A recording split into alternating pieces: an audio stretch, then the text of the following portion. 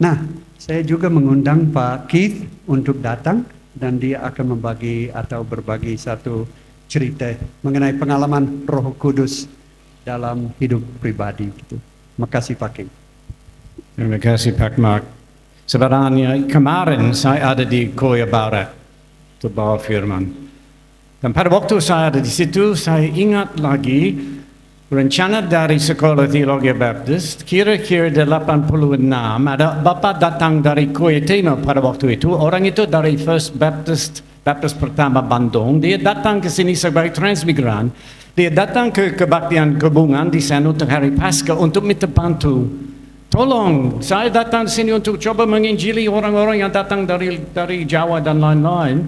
Tolong, dan karena itu, Bapak Pendeta Carol Huey secara khusus, tapi saya ikut dia, kami mulai program di mana ada mahasiswa yang belajar di sekolah teologi. Setiap hari Sabtu mereka berangkat dengan transportasi umum sampai di Korea Timur, Korea tempat seperti itu.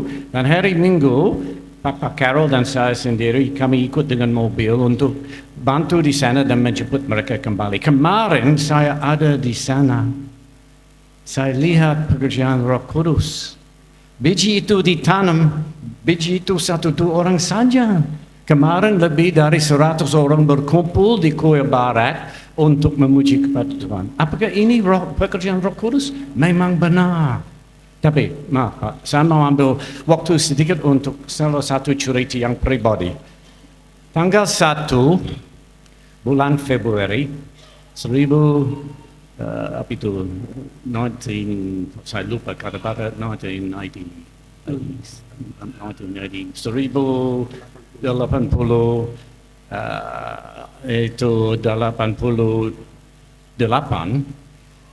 maaf ya, bahasa Indonesia saya kadang-kadang sudah lupa banyak kata.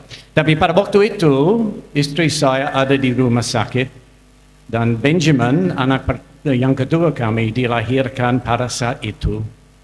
Tapi sesudah dia dilahirkan, dokter jelas dari reaksi dari mereka, anak ini sakit keras. Mereka tidak bilang banyak kepada kami sebagai keluarga, sebagai suami istri, tapi kami lihat dari mereka dan kegiatan mereka, wah ini anak bagaimana.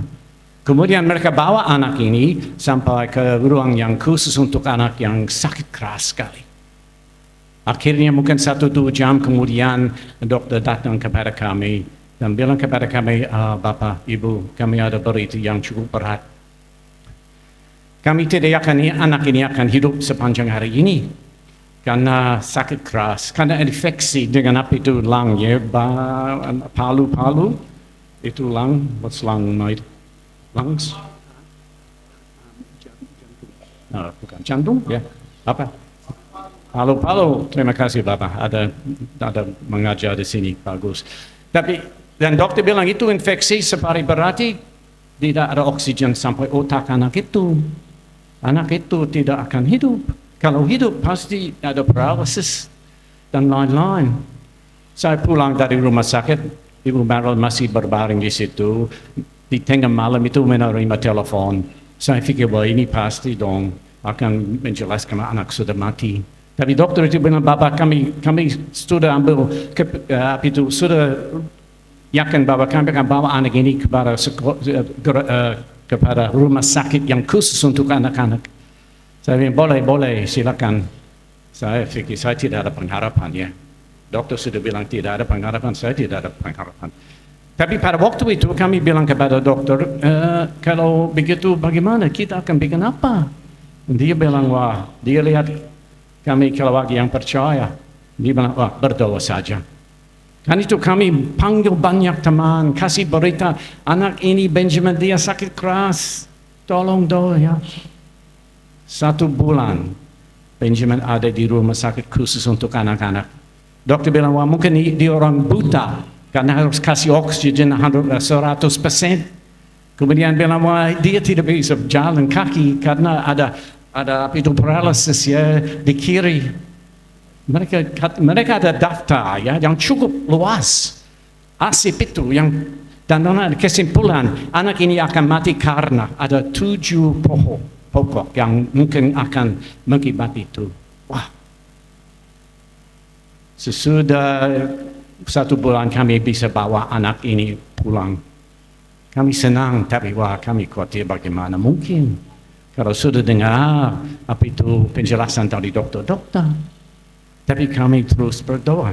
Kami mohon Roh Kudus campur tangan di dalam hal ini. Bapa, tolong supaya anak ini akan disembuhkan. Ibu Marilyn setiap bulan dia pergi ke rumah sakit itu, mereka memberi kepada dia latihan-latihan yang baru untuk coba memperkuatkan badan Benjamin itu. Kakinya kurang baik, tangannya kurang baik. Akhirnya 1 tahun sesudah itu, dokter itu ahli medis itu, dia panggil Marilyn datang ke rumah saya, kamar saya mau memeriksa anak ini, lihat kalau ada kemajuan atau tidak. Dia katakan kepada Ibu Marilyn, bawa anak ini supaya dia bisa duduk di pinggir pintu ini, dinding ini, dan datang berdiri sebelah saya mau lihat reaksi dari anak. Kalau you panggil dia datang, sama lihat apa dia dengar, apa dia bisa berdiri, apa. Kan itu Ibu Marilyn, dia kasih dia duduk di sana, dia ikut dengan sampai di sebelah dokter itu, dan bilang, Benjamin datang. Benjamin berdiri dan lari ke mamanya, dan katakan, Mama mau apa? Dokter itu, wah, diam saja, takut, dia mungkin dia kembali kepada asib yang seperti itu. Tidak mungkin. Dia bilang, Ibu Marilyn, saya mau kasih tahu bahwa menurut pikiran saya, menurut pengalaman saya sebagai dokter medis, ini tidak akan jadi. Tidak ada alasan dalam ilmu medis untuk menjelaskan apa terjadi di sini. Ibu Marilyn bilang kepada dia, ingatlah, pada hari pertama, Bapak bilang, pada waktu kami akan bikin apa, Bapak bilang berdoa saja. Bapak, kami terus berdoa. Kami mohon pekerjaan dari Roh Kudus untuk campur tangan dalam hal itu. Pada itu, dokter bilang, memang Ibu, tidak ada penjelasan kecuali untuk bilang ini salah satu mujizat besar. Wah. Kami berterima kasih atas Roh Kudus. Dan ada beberapa orang di sini yang sudah kenal Benjamin pada waktu dia dibesarkan di Institut Teologi. Sekarang dia 46 tahun, dia bapa 2 anak. Dia tidak ada bukti bahwa dia sakit seperti itu. Pujilah Roh Kudus. Pujilah kasih Allah. Terima kasih Pak Pendeta Pak Jovens.